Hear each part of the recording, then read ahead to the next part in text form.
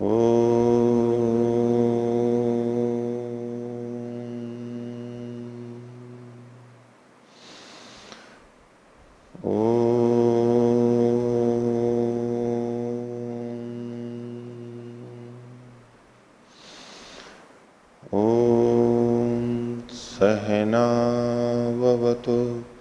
सहनौ भुनक्तु सह वीर्यं कर्वावहै तेजस्विनावधीतमस्तु मा विद्विषावहै। ओम शांति शांति शांति।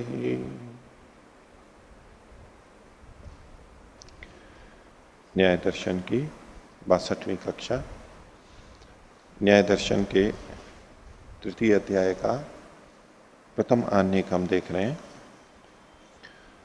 और इसमें आत्मा की परीक्षा चल रही है कि आत्मा क्या है, शरीर आदि इंद्रिय आदि से भिन्न है अथवा शरीर आदि का संघात यही आत्मा है। तो इस विषय में हमने पीछे 11 सूत्र तक देख लिया था। अब इसी विषय में और आगे चर्चा चल रही है। 12वें सूत्र की भूमिका है पृष्ठ संख्या 308। अनुमीयते च अयम देहादि संघात व्यतिरिक्त चेतना इति, कि ये चेतन देहादि संघात से व्यतिरिक्त है, अतिरिक्त है, भिन्न है। ये अनुमीयते, अब अनुमान किया जा रहा है। अनुमान करते हैं, अनुमान प्रमाण का प्रयोग कर रहे हैं, कुछ युक्ति देंगे, हेतु देंगे, उसके आधार पर सिद्ध कर रहे हैं। तो ये अनुमान किया जाता है। कैसे? तो हेतु दिया इन्होंने 12वें सूत्र में, इंद्रियांतर विकारात, दूसरी इंद्रिय में विकार आने से, विकार मतलब परिवर्तन आ जाने से, जिस इंद्रिय से जाना है उससे भिन्न इंद्रिय में परिवर्तन आने से ये पता लगता है कि अंदर प्रतिसंधान करने वाला कोई है। देखिए कैसे करते हैं। कस्यचित अम्ल फलस्य गृहीत रस साहचर्ये रूपे गंधे वा, अल्प विराम, किसी अम्ल फल का, खट्टा फल है उसका, और उसको उसके रस के साथ साथ उसके रस का ग्रहण किया और रस के साथ साथ उसका रूप और गंध भी ग्रहण हुआ। रस ले रहे थे तो उसकी गंध भी आई और रूप भी हमारे को दिखाई दे रहा है, हाथ में लिया, देख रहे हैं, खा रहे हैं, खट्टे फल को खाया। फिर केनचित इंद्रियेण गृह्यमाणे, फिर उसको किसी एक इंद्रिय से गृहीत किया। एक इंद्रिय या तो नेत्र से, रूप की दृष्टि से, और या तो गंध से, नासिका से, गंध की दृष्टि से। हमने 3 चीजें देखी। उसका रस चखा था, उसको नेत्र से देखा था, और उसकी गंध का हमें पता किया। 3 विषय उसके पता लगे थे। और अब उसको या तो हमने देख लिया और या उसकी गंध आ गई हमारे को। तो केनचित इंद्रिय, किसी एक से, गृह्यमाणे, या 2 से भी कह सकते हैं, भिन्न इंद्रिय होनी चाहिए। रसनस्य इंद्रियांतरस्य विकार अल्प विराम। तो रसना इंद्रिय में विकार आ जाएगा, मुंह में पानी आ जाएगा। मुंह में पानी आ जाता है भोजन को देख करके।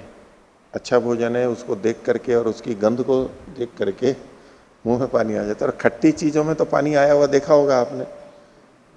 इमली जैसी खट्टी चीज हो और इतनी खट्टी चीज फिर से देखी या हुई तो मुंह में से इतना पानी आ जाता है कि बाहर भी निकल जाता है, छोटे छोटे बूंद के रूप में मुंह में पानी आ जाएगा। तो इंद्रियांतर क्यों कहा इन्होंने? ये भिन्न इंद्रिय है। हमने देखा था नेत्र से, लेकिन पानी आया मुंह में। हमने गंध ली थी नासिका से, लेकिन पानी आया मुंह में। भिन्न इंद्रिय में जो ये परिवर्तन आया है, ये इस बात का द्योतक है कि अंदर कोई एक प्रतिसंधाता है, जोड़ने वाला है। नहीं तो एक इंद्रिय, यदि प्रत्येक इंद्रिय चेतन होती तो एक इंद्रिय के द्वारा जो जाना गया है तो दूसरी इंद्रिय में विकार नहीं आना चाहिए, उसके कारण से परिवर्तन नहीं आना चाहिए। तो कहा गृह्यमाणे रसनस्येन्द्रियांतरस्य विकारः। कैसे होता है वो? रसनानुस्मृतौ, रसानुस्मृतौ, रस की स्मृति होने पर। हमने देखा, देखते हुए मुंह में पानी कैसे आ गया? तो उसके रस की स्मृति हो गई हमारे को, खट्टे रस की। तो जैसे खट्टे रस को चखते समय पानी आ गया था, ऐसे ही खट्टे रस की स्मृति से भी मुंह में पानी आ जाता है। तो रसानुस्मृतौ, रस की स्मृति होने पर रसगर्धी, रस की जो इच्छा करने वाला है, गर्धा करने वाला है, गर्धा मतलब चाहना, तीव्र इच्छा करने वाला, सबको नहीं आएगा। जिसको वो खट्टा अच्छा लगता है उसको ही आएगा मुंह में पानी, सबको नहीं आएगा। नींबू का या इमली का और कोई भी ऐसी खट्टी चीज हो, या तो दूसरे भोजन का भी, मीठे भोजन का भी मुंह में जो पानी आता है वो सबको नहीं आएगा। जिसको वो पसंद नहीं है, जिसको उसकी रस की इच्छा नहीं है, उसको नहीं आएगा। भले ही कितने पकवान बनते रहो, सुगंध आती रहो, उसकी इच्छा ही नहीं है तो उसको मुंह में पानी नहीं आएगा। रसानुस्मृतौ रसगर्धी प्रवर्तितः, रस के को जो चाहने वाला है आत्मा, जो कि प्रवर्तित होता है, प्रवृत्त होता है, रसगर्धी प्रवर्तितः, उसके द्वारा प्रवर्तित प्रेरित दंतोदक संप्लव भूतो गृह्यते। दंतोदक, ये जो मुंह में पानी आता है इसको दंतोदक बोलते हैं। वो लगता है जैसे दांतों में से पानी निकल के आ रहा है, दांतों के आसपास इधर उधर से आता है ना पानी, जीभ के नीचे से आता है, तो इसको दंतोदक बोल रहे हैं। दंत का उदक, दांत में से पानी जैसे आ रहा हो। दंतोदक संप्लव भूत है। संप्लव मतलब जैसे बाढ़ आ जाती है ना, अभी संप्लव तो मुंह में पानी की बाढ़ आ जाती है, क्योंकि वैसे सामान्य पानी तो हमेशा ही रहता है, गीलापन तो हमेशा ही रहता है, सूखने लगेगा तो हमारे को ठीक नहीं रहता है, प्यास लगती है या तो अनुकूल नहीं आता है। तो थोड़ा पानी तो रस तो हमेशा ही रहता है। ये पानी की बात है, दंतोदक का संप्लव हो जाता है। यहाँ के हिसाब से यहाँ बाढ़ आ जाती है, यहाँ काफी आ जाता है। दंतोदक संप्लव भूतो गृह्यते, कौन? विकारो गृह्यते, विकार को लेंगे, विकार, दंतोदक संप्लव भूतो विकारो गृह्यते, विकार गृहित हो जाता है। तस्य इंद्रिय चैतन्य अनुपपत्ति ही, तस्य मतलब तस्य विकारस्य, इंद्रियांतर में जो विकार है इसकी इंद्रिय के चैतन्य मानने पर अनुपपत्ति हो सकती है, यानी असिद्धि होगी। यदि इंद्रिय को चेतन मानेंगे, प्रत्येक इंद्रिय अलग अलग चेतन है, तो ये नहीं हो सकता। क्यों नहीं हो सकता? न अन्य दृष्टम अन्य है स्मरति, ये हेतु है। दूसरे के द्वारा देखा हुआ का दूसरा स्मरण नहीं करता है। जैसे आप और हम एक के देखे हुए का दूसरा स्मरण नहीं कर सकता है, ऐसे ही यदि सब इंद्रियां अलग अलग चेतन हो तो जिस इंद्रिय ने देखा है या जिस इंद्रिय ने सूंघा है वो चेतन है, लेकिन जिह्वा भी तो अलग से चेतन है, उसमें पानी नहीं आना चाहिए। इंद्रियांतर से, भिन्न चेतन से अन्य के देखे हुए का अन्य स्मरण नहीं कर सकता है, और बिना स्मरण हुए पानी नहीं आएगा। इससे पता लगता है इंद्रियांतर का विकार होता है, इंद्रिय चैतन्य में हो नहीं सकता, यानी अंदर प्रतिसंधाता चेतन कोई ना कोई है। तो पूर्व पक्षी को तो खंडन करना ही है, आप तो नहीं कर सकते खंडन, इसका क्या खंडन करोगे? खंडन कर सकते हो, भले ही उठपटांग खंडन करे, लेकिन करेगा, कुछ ना कुछ करेगा। तो दिमाग चला रहा है ना, नहीं इसका तो क्या खंडन हो सकता है, लेकिन कोशिश करके नहीं, कुछ ना कुछ खंडन करना है इसका। तो पूर्व पक्षी कहता है 13वें सूत्र में, ना, आपका कथन ठीक नहीं है। क्यों? स्मृते है स्मर्तव्य विषयत्वात्, जो स्मृति है उसके तो स्मर्तव्य विषय वाला होने से। स्मर्तव्य कौन है? जैसे रस का स्मरण कर रहा है वो स्मर्तव्य है। तो स्मर्तव्य विषय, उसका स्मरण करने के कारण से स्मृति आ जाती है। कहते हैं स्मृति नाम धर्मो निमित्ताद उत्पद्यते। स्मृति नाम का जो धर्म है वो कैसे उत्पन्न होता है? निमित्त से उत्पन्न होता है, निमित्त से उत्पन्न होता है। बिना निमित्त के स्मृति नहीं आएगी। वो निमित्त बाहर का भी हो सकता है, बाहर का कोई चीज हमने देखी और उसको देखते ही हमें कुछ और याद आ गया, उसके संबंधित बातें याद आ गई, उसको छोड़ दीजिए। यहाँ निमित्त का मतलब है संस्कार के रूप में लीजिए कि स्मृति नाम का जो धर्म है वो निमित्त से, संस्कार से उत्पन्न होता है, बिना संस्कार के नहीं हो सकता है। संस्कार था, और तस्याह स्मर्तव्यो विषय है, उस स्मृति का विषय क्या है? वो जो स्मर्तव्य, स्मरण करने योग्य है, वो विषय होता है, और वो है रस। विषय तत्कृत इंद्रियांतर विकारो, ये जो इंद्रियांतर में विकार हो गया है वो उस स्मर्तव्य विषय के कारण से हुआ है, आत्मा के कारण से थोड़ा ना हुआ है। सिद्धांति ने कहा था आत्मा के कारण ही स्मरण हो पाता है, वो कह रहा है कि आत्मा के कारण से नहीं, जो स्मर्तव्य विषय है रस के कारण से इंद्रिय में विकार आया है, तो आत्मा से हटा दिया उसने। यानी मुंह में पानी आया तो किस लिए आया? रस के कारण से ही तो आया। रस का स्मरण आया इसलिए आया ना, इसमें आत्मा को मानने की क्या जरूरत है? स्मर्तव्य जो विषय है उसके कारण से मुख में पानी आया है, ऐसा पूर्व पक्षी ने कहा। तत्कृत इंद्रियांतर विकारो न आत्मकृता इति। इसका उत्तर सिद्धांति देता है 14वां सूत्र, तदात्म गुण सद्भावात अप्रतिषेध। तत् उसके, उसके मतलब स्मृति के, आत्मगुण सद्भावात, आत्मा का गुण वाला होने से, ये स्मृति तो आत्मा का गुण है, आत्मगुण सद्भावात अप्रतिषेध, आपका जो खंडन है वो नहीं होगा। भाष्य देखिए, तस्याह आत्मगुणत्वे सती कर लीजिए, इसको तीसरा है सती, स को पहले ती को बाद में, उसके यानी स्मृति के आत्मा का गुण होने पर, तस्य आत्मगुणत्वे सती सद्भावात अप्रतिषेध आत्मनः, सद्भाव होने से, यानी उस स्मृति का सद्भाव होने से, स्मृति होती ही तब है जब आत्मा का गुण माना जाए, यदि आत्मा का गुण नहीं माना जाएगा तो वो स्मृति हो ही नहीं पाएगी।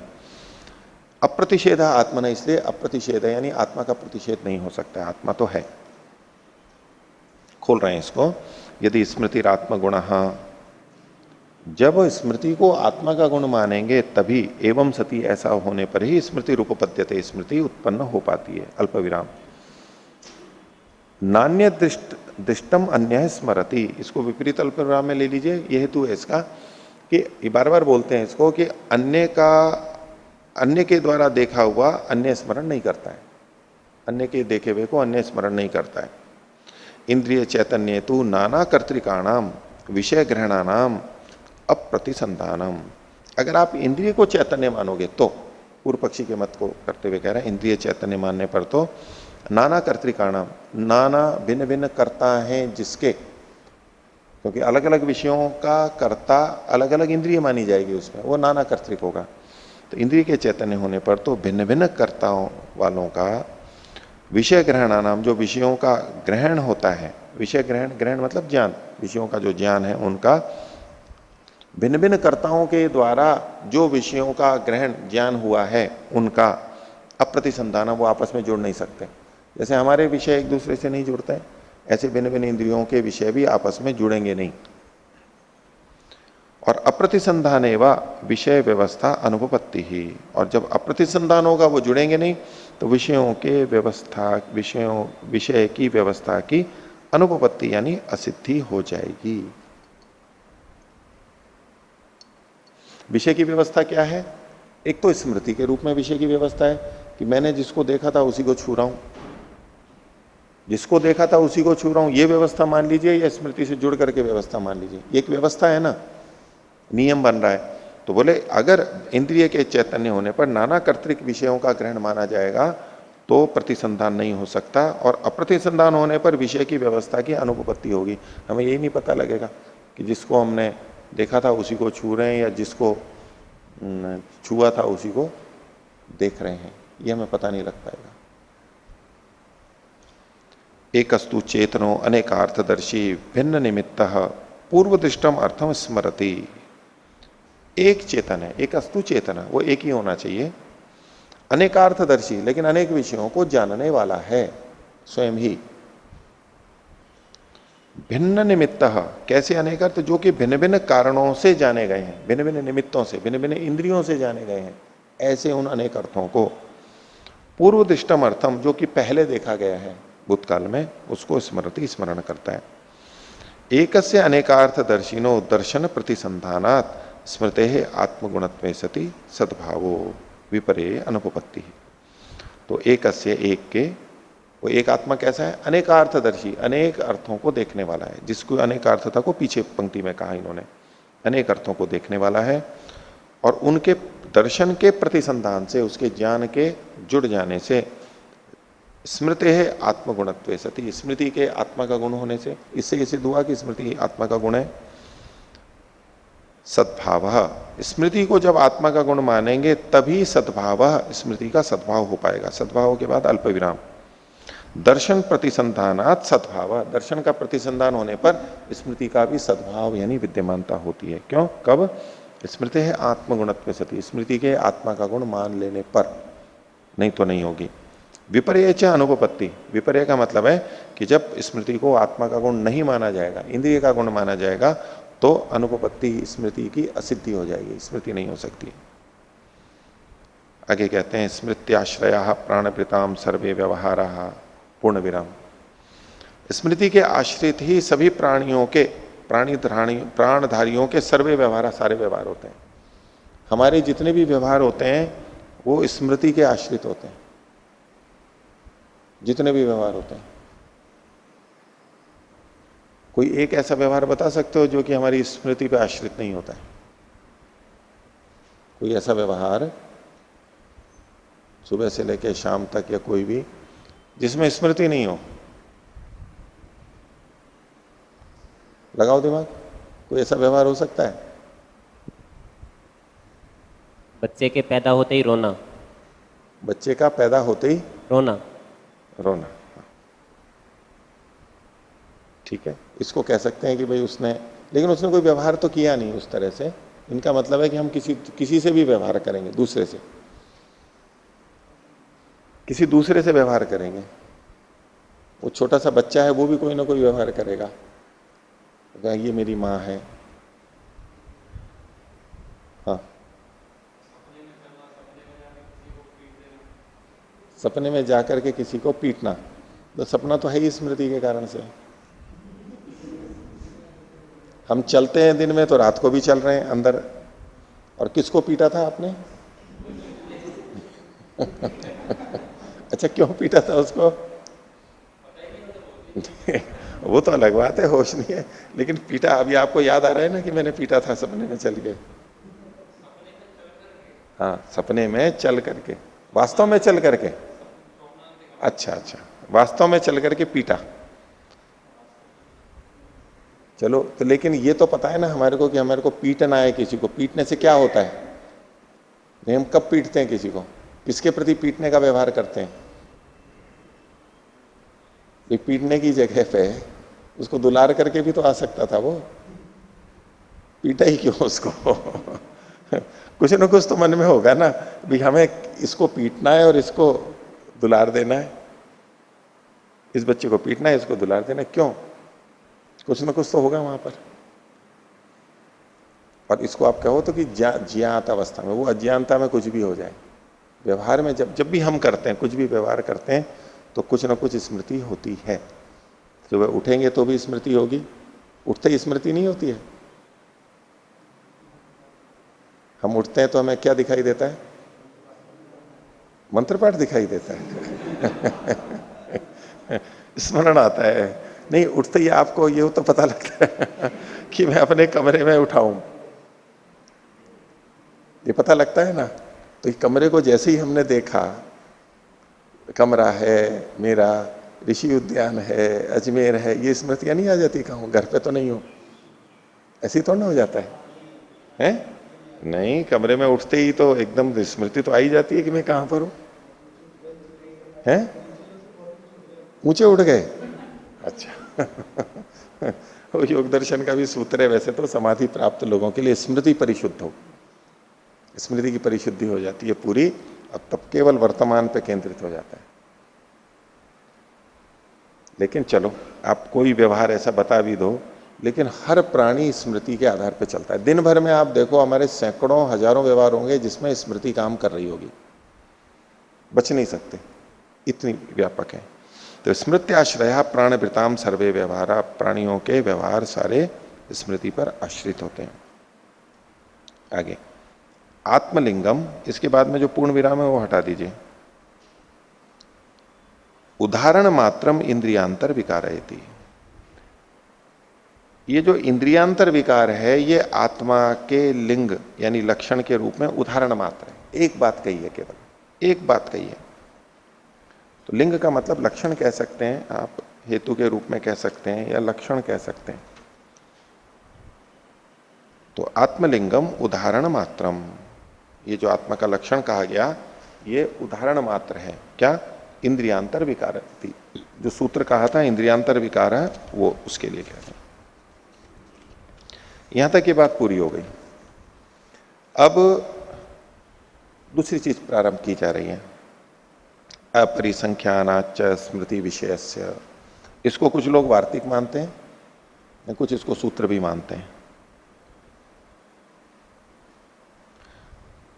लेकिन ये विषय आगे से जुड़ा हुआ है। ये यहां पीछे अनुच्छेद से जुड़ा है ना, हमें ये इससे संबंधित नहीं है। यहां तक पीछे बात हो गई इति तक। आगे कहते हैं अपरिसंख्यानाच स्मृति विषयस्य, स्मृति के विषय का परिसंख्यान न करने के कारण से। पूर्व पक्षी ने जो खंडन किया ना, न स्मृति स्मर्तव्य विषयत्वात्, स्मृति का विषय क्या होता है? स्मर्तव्य विषय। मान लीजिए उसने रस का स्मरण किया तो स्मृति का विषय क्या होगा? आपको अपने घर का स्मरण हुआ, आपको अपनी माता जी का पिताजी का स्मरण हुआ, तो स्मर्तव्य विषय क्या होगा? वो व्यक्ति, माता पिता जो भी है। तो स्मृति का विषय क्या होता है? स्मृति में क्या विषय होता है? स्मृति का विषय क्या होता है? कुछ भी हो सकता है। कोई एक उदाहरण ले लो, कोई एक उदाहरण ले लो। मान लीजिए आपको अपने घर का स्मरण आया। क्या स्मरण आ रहा है? घर याद आ रहा है ना? ठीक है, तो स्मृति का विषय इसमें क्या है? घर है। तो सिद्धांति कह रहा है कि अपरिसंख्यानाच स्मृति विषय से, स्मृति के जो विषय हैं उसकी पूरी गणना नहीं की, ऐसे पूरी गणना किए बिना खंडन कर रहा है। पूरी गणना किए खंडन कर रहा है। हम जब स्मरण करते हैं तो केवल वो उसी विषय का स्मरण नहीं करते, कई चीजों का स्मरण करते हैं, अनेक चीजों का स्मरण कर रहे होते हैं। वो भी आगे बताएंगे। तो कहा अपरिसंख्यानाच स्मृति विषयस्य, अपरिसंख्याय च स्मृति विषयम इदम उच्यते। स्मृति के विषय की पूरी गणना किए बिना, संपूर्ण गणना किए बिना ये कहा जा रहा है क्या? न स्मृते है स्मर्तव्य विषयत्वादित। ये 13वां सूत्र जो पूर्व पक्षी ने कहा था कि बोले स्मृति, जिनकी स्मृति का जो विषय है उसकी पूरी गणना किए बिना आपने ये कह दिया न स्मृते स्मर्तव्य विषयत्वादित, उस सूत्र को। तो कैसे? तब बताते हैं। ये यम स्मृति ही, ये जो स्मृति है, स्मृति कब होती है? अगृह्यमाणे अर्थे, जिस विषय का हम स्मरण कर रहे हैं वो भी गृह्यमाण नहीं है, अभी दिखाई नहीं दे रहा है, ज्ञात नहीं हो रहा है, परोक्ष है। उसमें हम क्या कहते हैं? जैसे इन्होंने संस्कृत में कहा अज्ञाशिषम अहम अमुम अर्थम इति, मैंने इसको जाना था। आपको आया कि आपने अपने घर को देखा था, स्मरण आ रहा है? आपने अपने घर को देखा था, आप अपने घर में रहे थे, ऐसे। अज्ञाशिषम अहम अमुम अर्थम, मैंने इसको जाना था। ठीक है, ये स्मृति का वाक्य हुआ ना, मैंने इसको जाना था। आगे देखिए, एतस्याह ज्ञात्री ज्ञान विशिष्टः पूर्व ज्ञातो अर्थो विषयो अल्प विराम। इसका विषय क्या है? ये जो वाक्य कहा अज्ञाशिषम अहम अमुम अर्थम, मैंने उसको जाना था, इसका विषय क्या है? तो कहते हैं कि इसका, इस स्मृति का ज्ञाता और ज्ञान से विशिष्ट युक्त पूर्व ज्ञात जो अर्थ है वो विषय बना हुआ है। पहले जिसको जाना था, पहले जिसको जाना, मान लो कुतुब मीनार को देखा, वो पहले जिस विषय को जाना था वो पूर्व ज्ञात जो अर्थ है वो विषय बन रहा है। लेकिन कैसा?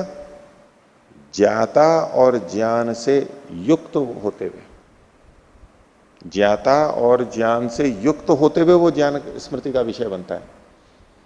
कहा कि मैंने कुतुब मीनार को देखा था, ये स्मृति आई। तो स्मृति का विषय कौन है? कुतुब मीनार। लेकिन इसमें ज्ञाता भी जुड़ा हुआ है, किसने देखा था? ये भी तो स्मृति आई ना। क्या केवल कुतुब मीनार का ही स्मरण हुआ या अपना भी स्मरण हुआ कि मैंने देखा था? नहीं तो यूं कहते हैं ना कि उसने देखा था। मैंने कुतुब मीनार देखी थी, तो स्मृति का विषय कौन है? यद्यपि कुतुब मीनार है लेकिन ज्ञाता से विशिष्ट है, ज्ञाता का भी स्मरण आ रहा है। आपने पूरे को गिना ही नहीं है, पूर्व पक्षी को कह रहा है सिद्धांति। तो ज्ञाता से विशिष्ट है और ज्ञान से भी विशिष्ट है कि मैंने कुतुब मीनार को देखा था, वो जो जाना था उस जाने हुए का स्मरण आ रहा है नहीं अभी। कुतुब मीनार का स्मरण आ रहा है या कुतुब मीनार को जो जाना था उसका स्मरण आ रहा है? कहते तो हम यही है कि कुतुब मीनार, मैंने कुतुब मीनार देखी थी, तो मेरा तो स्मरण हो ही रहा है, और जो मैंने देखी थी, जानी थी, उस ज्ञान का हमको स्मरण हो रहा है। और उस ज्ञान, वो ज्ञान चूंकि उस वस्तु से संबंधित है इसलिए वो भी हमारे सामने। तो ज्ञान, यात्रा और ज्ञान से युक्त ज्ञात्री ज्ञान विशिष्ट पूर्व जातो अर्थो विषय न अर्थमात्रम, केवल विषय जो है वही स्मृति का आधार नहीं बनता है, और भी चीजें रहती हैं। अब देखिए एक वाक्य और बोलते हैं, ज्ञातवान अहम अमुम अर्थम, मैंने उस अर्थ को जाना था। कोई भी अर्थ हो सकता है, ऋषि उद्यान को जाना था। ज्ञातवान अहम अमुम अर्थम, एक वाक्य। दूसरा वाक्य है असौ अर्थो मया ज्ञातः, ये वस्तु मेरे द्वारा जानी गई। दोनों में क्या अंतर है? ज्ञातवान अहम अमुम अर्थम, असौ अर्थो मया ज्ञाता, मैंने इसको जाना था, मेरे द्वारा उसको जाना गया। दोनों में क्या अंतर है? इस तरह भी कह दो, उस तरह भी कह दो। नहीं, मेरे द्वारा वो वस्तु जानी गई, तो इसमें भी करता तो मैं ही हूं। मैंने उसको जाना था, तब भी करता मैं ही हूं। एक में जानना प्रमुख है, प्रमुखता का भेद है। वो देखो किसकी प्रमुखता। नहीं, कर्तृवाच्य कर्मवाच्य है, ठीक है, तो इसमें प्रधानता कहां पर होगी? तो जब यह है ज्ञातवान अहम अमुम अर्थम, इसमें मैं पे जोर है, मैं कि अहम की जो प्रथमांत है उसकी विशेषता है। और असौ अर्थो मया ज्ञाता है, ये अर्थ, ये वस्तु मेरे द्वारा जानी गई थी। अब ये उस अर्थ पे जोर है, मेरे पे जोर नहीं है। मया अब तृतीया हो गया है, वो कर्ण के रूप में चला गया, एक कर्ता के रूप में आ गया। विषय की प्रधानता क्या है, हम जो उसमें जोर किस पे आ रहा है? मैंने उसको जाना, मेरे द्वारा उसको जाना गया। आगे देखिए, अस्मिन अर्थे मम ज्ञानम अभूत, इस विषय में मेरे को ज्ञान हुआ था। मैंने इसको जाना था, मैंने कुतुब मीनार को जाना था, मेरे द्वारा कुतुब मीनार जानी गई, मेरा कुतुब मीनार के विषय में ज्ञान था। अस्मिन अर्थे मम ज्ञानम अभूत, इस विषय में, कुतुब मीनार के विषय में मेरे को ज्ञान हुआ था। इति चतुर्विधम एतद वाक्यम, ये 4 प्रकार के वाक्य। कितने वाक्य आए? ज्ञातवान अमुम अर्थम, ज्ञातवान अहम अमुम अर्थम, ये 1। असौ अर्थो मया ज्ञातः, ये 2। और अस्मिन अर्थे मम ज्ञानम अभूत इति, ये 3। इस प्रकार से 4 प्रकार के ज्ञान हुए, 4 ज्ञान हुए, 4 वाक्य हुए। चतुर्विधम एतद वाक्यम। तो एक वाक्य ऊपर वाला लीजिए, प्रथम पंक्ति वाला, अज्ञाशिषम अहम अमुम अर्थम इति। वहां से जाकर के 4 लेना पड़ेगा, नहीं तो 3 ही है यहां पर। वो पहले कह दिया उन्होंने, उस पर चौथी संख्या डाल दो। तो चतुर्विधम एतत् वाक्यम स्मृति विषय ज्ञापकम समानार्थकम, ये स्मृति के विषय को बताने वाला और समान अर्थ वाला है। समान अर्थ वाला मतलब ज्ञाता, ज्ञान और ज्ञे, 3 चीजें यहां पर रहती हैं। ज्ञाता, जानने वाले की भी स्मृति हो रही है हमारे को, मैंने जाना था, और जिसको जान रहे हैं ज्ञे, उसकी भी स्मृति हो रही है, और ज्ञान की भी स्मृति हो रही है। मैंने जाना था वस्तु, उसमें मतलब ज्ञान भी हमारे को साथ में स्मरण में आ रहा है। कभी हम कहते हैं नहीं, मैंने उसको देखा तो था लेकिन मैंने जाना नहीं था उसको, तो जाना था, उस ज्ञान की भी हमारे को स्मृति आ रही है। तो तीन चीजें यहां पर, सबके अंदर 3 चल रही है, लेकिन किसी में प्रधानता है। ज्ञातवान अहम अमुम अर्थम, इसमें ये ज्ञात्री प्रधान है, ज्ञाता की प्रधानता है। असौ अर्थो मया ज्ञातः, यहां पर अर्थ यानी वस्तु की प्रधानता है। और अस्मिन अर्थे मम ज्ञानम, इस विषय में मेरे को ज्ञान है, यहां पर ज्ञान की प्रधानता है तीनों में तीनों। लेकिन इसमें इसकी प्रधानता है। और अज्ञाशिषम अमुम अर्थम इति, इसमें कुछ लोग कहते हैं कि इसमें तीनों की प्रधानता है, ज्ञाता, अर्थ और ज्ञान, इन तीनों की प्रधानता को ऐसा कहते हैं कुछ लोग। चलो जो भी है, लेकिन इसमें अलग अलग चीजें हैं। अब आगे कहते हैं सर्वत्र खलु ज्ञाता ज्ञानम जेयम च गृह्यते, इन सब जगह जहां जहां स्मृतियां हैं उसमें ज्ञाता, ज्ञान और जे तीनों की स्मृति हो रही है। जबकि हम अभी तक क्या समझते हैं, केवल जे की स्मृति हो रही है, जे की स्मृति हो रही है। इसलिए पूर्व पक्षी ने खंडन किया था अपरिसंख्या है, पूरी तरह सबकी स्मृति के विषयों की परिसंख्या गणना न करके एक अंश को देख करके उसी के आधार पर खंडन कर दिया था। तो कहा सर्वत्र खलु ज्ञाता ज्ञानम जेयम च गृह्यते। अब आगे कहते हैं अतः प्रत्यक्ष अर्थे या स्मृति ही तया त्रीणी ज्ञानानि एकस्मिन अर्थे प्रतिसंधीयते। और जब किसी प्रत्यक्ष अर्थ में हमें स्मृति होती है, अभी तो पीछे बताया था अग्रहीय माने अर्थ है, अप्रत्यक्ष अर्थ में वस्तु सामने नहीं है और हमें स्मृति है। अब क्या कह रहे हैं, अतः प्रत्यक्ष अर्थ है, वस्तु हमारे सामने है और अब हमारे को स्मृति है। तो जो वस्तु सामने हो उसकी भी स्मृति आती है क्या? जो नहीं है उसकी स्मृति आती है, जो सामने है उसकी स्मृति आती है क्या? अष्टादही सुनानी हो तो स्मरण करके, बंद है तो स्मरण करके सुना रहे हैं, और सामने अष्टादही हो तो स्मृति आती है क्या? आ सकती है। हाँ, इस व्यक्ति को मैंने पहले तब देखा था, उसके साथ ये व्यवहार हुआ था, ये वो है, इनका नाम ये है, बहुत सारी बातें स्मरण आ जाती हैं उसकी। तो कहते हैं प्रत्यक्ष अर्थ या स्मृति ही, प्रत्यक्ष वस्तु में जो स्मृति होती है, तया त्रीणी ज्ञानानि एकस्मिन अर्थे प्रतिसंधीयन्ते, उसमें उसके द्वारा इस जो स्मृति होती है उस स्मृति के द्वारा तीन प्रकार के ज्ञान एक ही अर्थ में प्रतिसंधान कर दिए जाते हैं। ये जो तीन ज्ञान है कि मैंने इसको पहले जाना था, मैं भी जुड़ गया, सामने वाले को देख रहे हैं ना कि हाँ मैं मिला था पहले, मैं भी आ रहा है, वो वस्तु भी आ रही है, पहले मिले थे, और उससे संबंधित ज्ञान भी आ रहा है, वो तीनों वहां पर आकर के जुड़ जाते हैं। प्रतिसंधीयन्ते समान कर्तृकाणी, लेकिन इनका करने वाला एक ही है, ये विशेषता है, अलग अलग नहीं है। हमें स्पष्ट अनुभूति होती है कि मैंने ही देखा था और अभी भी वो ही मैं देख रहा हूं, तो ये तीनों का प्रतिसंधान हो जाता है वहां पर। समान कर्तृक है, न नाना कर्तृकाणी न अकर्तृकाणी, न तो भिन्न भिन्न करता है इसके, और न यूं कह सकते कि इसका कोई कर्ता नहीं है। कर्ता भी मानना आवश्यक है, अकर्तृक नहीं हो सकता, और नाना कर्तृक भी नहीं मान सकते, एक ही कर्तृक मानना होगा।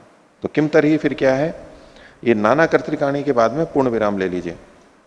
न नाना कर्तृकाणी न अकर्तृकाणी, ये पूछता है किम तरही, फिर कैसे हैं, तो बोले एक कर्तृकाणी, एक ही कर्ता के द्वारा किए गए ये ज्ञान है। आगे अद्राक्षम अमुम अर्थम, मैंने जिसको देखा था पहले, अमुम अर्थम यम एव एतर ही पश्यामी,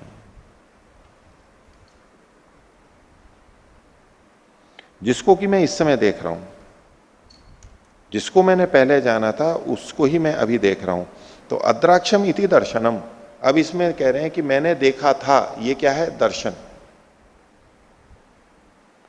मैंने देखा था, अद्राक्षम इति, अद्राक्षम मैंने देखा था, इसमें दो चीजें हैं। मैंने को तो छोड़ दो, मैं को तो छोड़ दो, लेकिन देखा था, इसमें दो चीजें हैं। एक तो दर्शन है, एक तो ज्ञान है, और ज्ञान संबित, और ज्ञान का भी ज्ञान हो रहा है, ज्ञान का भी बोध हो रहा है। देखो, एक तो वो ज्ञान है कि मैंने उसको जाना था, उसका संबंधित जो ज्ञान है, और अभी मैं उस ज्ञान को जान रहा हूं, ये भी बोध हो रहा है। मेरे को अभी उसकी स्मृति हो रही है, ये भी ज्ञान है या नहीं है? उसको जाना था, उसका ज्ञान तो हमारे को हो ही रहा है, और ये भी तो साथ में है कि मैं उसको अभी उसकी स्मृति मेरे को आ रही है, उसके ज्ञान का भी ज्ञान हो रहा है या नहीं? या स्मृति हो रही है और हमें पता ही नहीं है कि स्मृति भी हो रही है? स्मृति हो रही है किस बात की?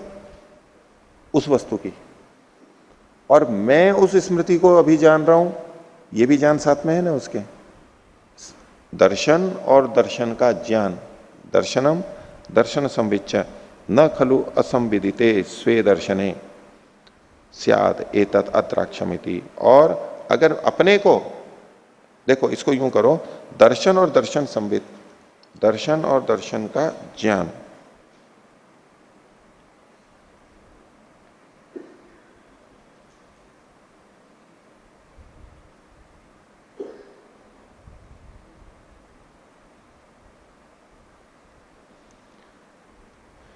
एक तो ज्ञान एक होता है केवल ज्ञान ज्ञान, और एक कहाँ देखा कैसे देखा वो सब और चीजें भी वहां पर जुड़ जाती हैं। तो न खलु असंविदिते स्वे दर्शने, अगर अपने को वहां पर नहीं जान रहा है, दर्शन संविद को ही ये खोल रहे हैं, स्वे दर्शने अपना बोध अगर वहां पर नहीं है, न स्या दर्शने, न को इधर जोड़ेंगे, न स्याद एतत् अत्राक्षम इति। मैंने इसको जाना था, न खलु असंविदिते स्वे, स्वे का मतलब यहां पर सुदर्शन जी विषय करते हैं, स्वे दर्शने उस विषय के जान लेने पर स्याद एतत् अत्राक्षम इति।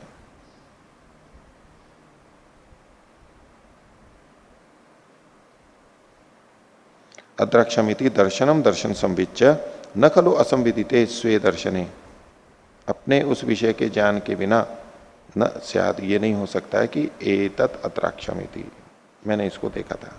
आगे ते खलु एते द्वे जाने, ये दो प्रकार के ज्ञान है, द्विवचन में है ये, द्वे जाने। यमेव एतर ही पश्यामी इति तृतीयम ज्ञानम, जिसको मैं यमेव एतर ही पश्यामी, ये मैं जिसको जान रहा हूं ये तीसरा ज्ञान है। अत्राक्षम में दो ज्ञान वहां पर हो गए पीछे, और जिसको जान रहा हूं ये तीसरा ज्ञान हुआ। एवं एको अर्थ त्रिभिर जानिर्युज्यमानो नाना कर्तिको न नाना, जो न अकर्तिको न नाना कर्तिका इति, नाना कर्तिका, यहां पर पूर्ण विराम ले सकते हैं, न नाना कर्तिका। इस प्रकार से एक ही अर्थ, एक अर्थ मतलब एक वस्तु, त्रिभिर जानिर्युज्यमाना, तीन ज्ञानों से युक्त होती हुई।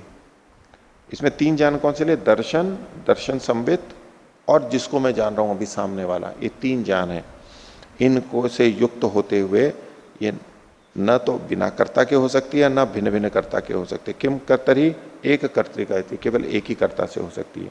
सोयम स्मृति विषयो अपरिसंख्याय मानो विद्यमान प्रज्ञातो अर्थ प्रतिषिध्यते।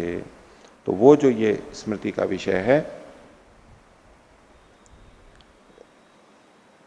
स्मृति का विषय अपरिसंख्यायमान है, उसकी पूरी संख्या न करते हुए, विद्यमान यानी होते हुए, प्रज्ञातो अर्थ, जो सबके द्वारा जाना गया है उसको, वो कौन प्रज्ञात अर्थ है? आत्मा। प्रज्ञात अर्थ प्रतिषिध्यते, खंडित किया जा रहा है पूर्व पक्षी के द्वारा। पीछे जो कहा गया था ना उसको उद्धृत कर रहा है कि इनकी पूरे को जाने बिना वहां पर खंडन किया जा रहा है। नास्ति आत्मा स्मृते स्मर्तव्य विषयत्वात्, आत्मा है ही नहीं, क्योंकि स्मृति के तो स्मर्तव्य विषय वाला होने से वो स्मर्तव्य विषय को देख लेती है, उसमें कौन सी आत्मा को मानने की जरूरत है? भाई नहीं, ये इतना सारा ज्ञान साथ में होता है, मैंने जाना ज्ञान है, वस्तु का ज्ञान है, उसका भी ज्ञान है, यानी ज्ञाता ज्ञान और वो विषय तीनों का होता है, और वर्तमान के साथ भी जुड़ा हुआ होता है। इन सब का जो ये प्रतिसंधान है, ये आत्मा के होने की सिद्धि करता है। तो नास्ति आत्मा स्मृते स्मर्तव्य विषयत्वादित, पूर्व पक्षी का खंडन किया। आगे न चेतम स्मृति मात्रम स्मर्तव्य विषय मात्र विषयम वा, बोले ये जो है न च इदम, ये अहम अद्राक्षम, मैंने देखा, इसको कह रहे हैं।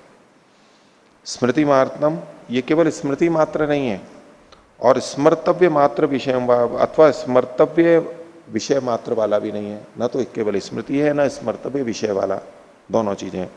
इदम खलु ज्ञान प्रतिसंधानवत स्मृति प्रतिसंधानम एकस्य सर्व विषयत्वात्, ये जो है ज्ञान के प्रतिसंधान के समान, जैसे अनेक ज्ञानों को हम जोड़ते हैं, जैसे कि हम पीछे देख करके आए कि ये इसका रूप है, ये इसका स्पर्श है, इन सबको हम एक के साथ में जोड़ लेते हैं, जैसे ज्ञान का हम प्रतिसंधान करते हैं, उसी के समान स्मृति का भी प्रतिसंधान होता है। प्रतिसंधानम एकस्य, एक का ही स्मृति का प्रतिसंधान होता है, क्योंकि वो सर्व विषयत्वात्, सभी विषयों वाला होता है। इंद्रियां तो एक एक विषय नियत विषय वाली होती हैं, और आत्मा सब विषयों वाली यानी अनियत विषय वाली होती है।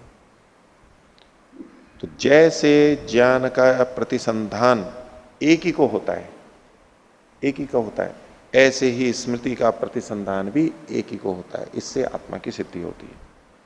इसको खोल रहे हैं वार्तिक को, एको अयम ज्ञाता, ज्ञाता जानने वाला ये एक है, सर्व विषय सभी विषयों वाला है, सबको जानता है।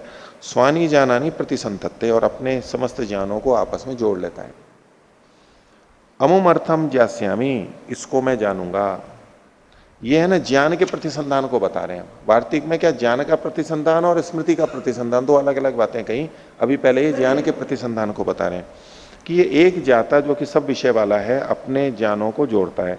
अमुम अर्थम ज्ञास्यामि, इस वस्तु को मैं जानूंगा, ये भविष्य का हो गया। अमुम अर्थम विजानामि, और इस अर्थ को वस्तु को मैं जान रहा हूं, ये वर्तमान काल का हो गया। और अमुम अर्थम अज्ञासिषम, इसको मैंने जाना था, ये भूतकाल का हो गया। अमुम अर्थम जिज्ञासमानस, इस विषय को जानने की इच्छा करता हुआ, चिरम अज्ञाता, और बहुत देर तक पूरा न जान करके, अध्यवस्यति अज्ञासिषमिति, और फिर निश्चय कर लेता है कि मैंने जान लिया है। जब हम किसी वस्तु को जानते हैं तो एकदम तो जान नहीं लेते। हमें कहा कि इसको जानना है, बहुत देर तक पूरा न जानते हुए, जानते धीरे धीरे अब हाँ इसको मैंने जान लिया। तो जैसे ये ज्ञान इस तरह से होता है, ज्ञान का प्रतिसंधान होता है, एवं इसी प्रकार स्मृतिरपि त्रिकाल विशिष्टाम सुस्मूर्षा विशिष्टाम च प्रतिसंधत्ते, इसी प्रकार स्मृति भी तीन कालों से विशिष्ट होती है और उसमें सुस्मूर्षा विशिष्ट है। सुस्मूर्षा कहते हैं स्मरण करने की इच्छा, जैसे जिज्ञासा है जानने की इच्छा, ऐसे सुस्मूर्षा का मतलब है स्मरण करने की इच्छा। तो स्मूर्षा से विशिष्ट ये जो स्मृति है इसका प्रतिसंधत्ते, प्रतिसंधान करता है कि मैंने स्मरण किया, मैं स्मरण कर रहा हूं, मैं स्मरण करूंगा, देर तक स्मरण करते करते, प्रयास करते करते अब मैंने इसको स्मरण कर लिया, यानी याद आ गया मेरे को। जानने की कोशिश, क्या नाम है इसका, क्या नाम है इसका, अगला सूत्र क्या है, अगला सूत्र क्या है, कोशिश करते करते करते आ गया। संस्कार संतति मात्रे तु सत्वे, अब ये पूर्व पक्षी का खंडन कर रहा है कि जो लोग अलग से तो कोई आत्मा को मानते नहीं है, केवल संस्कारों की संतति मात्र को मानते हैं। संस्कार जो है उसका प्रवाह केवल चलता चला जा रहा है क्षणिकवाद के अंदर। तो संस्कार संतति मात्रे तु सत्वे, कोई कहे कि सत्व यानी आत्मा क्या है, वह संस्कारों का पुंज है और कुछ नहीं है, अनुभवों का पुंज है। आत्मा क्या है, संस्कारों का समूह है, अनुभवों का पुंज है बस। तो संस्कार संतति मात्रे तु सत्वे उत्पत्त्य संस्कारा स्थिरो भवंती अल्प विराम, उस पक्ष में क्या होगा, क्योंकि वो क्षणिकवाद है इसलिए संस्कार उत्पन्न हो करके नष्ट होते हैं, उत्पन्न हो करके नष्ट होते हैं, तिरोभूत हो जाते हैं। न अस्ति एकोपि संस्कारो यस्त्रिकाल विशिष्टम ज्ञानम स्मृतिम अनुभवेत, उनमें से कोई भी एक संस्कार नहीं है जो तीनों कालों से विशिष्ट ज्ञान को या स्मृति का अनुभव करे। अभी तो हम कर लेते हैं, लेकिन जिस पक्ष में वो संस्कार उत्पन्न होते हैं नष्ट होते हैं, उत्पन्न होते हैं नष्ट होते हैं, यही सत्व है, यही आत्मा है, तो वो कैसे स्मरण करेगा कि मैंने ज्ञान की दृष्टि से मैंने जाना था, जान रहा हूं या जानूंगा, स्मरण किया था, स्मरण कर रहा हूं और करूंगा, इसका वो कैसे कर सकता है, अनुभव नहीं कर सकता। न च अनुभव अंतरेण ज्ञान से स्मृतिश्च प्रतिसंधानम अहम मम चैति चोत्पद्यते देहांतर्गत, और अगर ये अनुभव नहीं किया है उसने तो ज्ञान का और स्मृति का दोनों का प्रतिसंधान जोड़ना, क्या अहम मम इति, ये मेरा है, ये मैं हूं और ये मेरा है, ये जो हमारे को संबंध जुड़ जाता है ये नहीं हो सकता देहांतर के समान।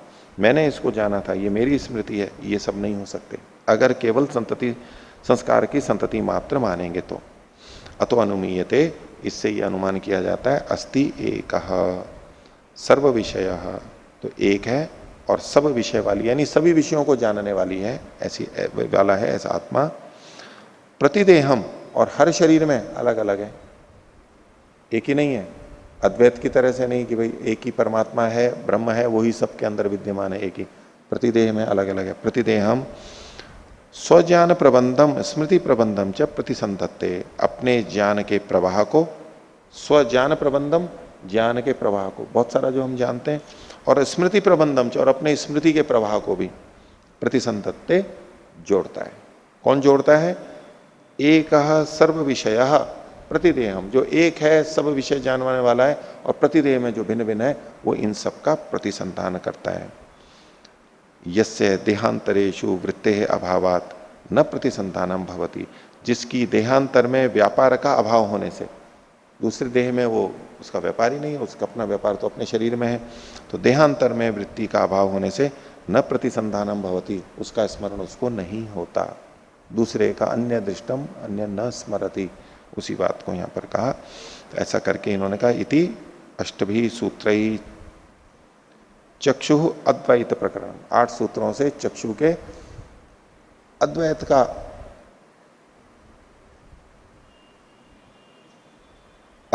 प्रकरण हुआ। अद्वैत मतलब एक ही, वो पूर्व पक्षी का मत हुआ, पूर्व पक्षी का मत हुआ। यद्यपि देखो इसमें हमने और बहुत सारी चर्चाएं कर ली ना, और यहां पर इन्होंने 12वें सूत्र से तो फिर ले लिया था अलग से आत्मा का अनुमान करने के लिए। तो ये जो पंक्तियां लिखी हुई हैं ये भाष्य की नहीं है, वैसे लिख दी गई हैं। जो संपादन वगैरह करते हैं ना, उसमें कई बार इधर उधर भी हो जाता है, और अथवा कुछ हमारे को पता भी लग जाता है, कभी उसका सहायता भी मिल जाती है। तो आज का विषय इतना ही रखते हैं। प्रणव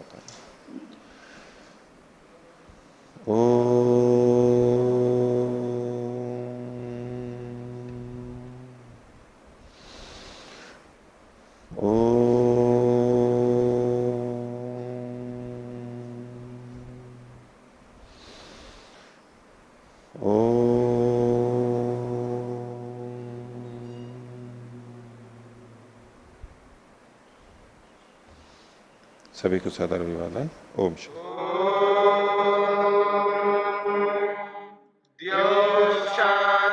शांतिरंतरिक्षम शांति पृथिवी शांतिरापः शांतिरोषधयः शांति वनस्पतयः शांतिर्विश्वे देवा शांतिर्ब्रह्म शांति सर्वं शांति शांतिरेव शांति क्षमा शांतिरेधि।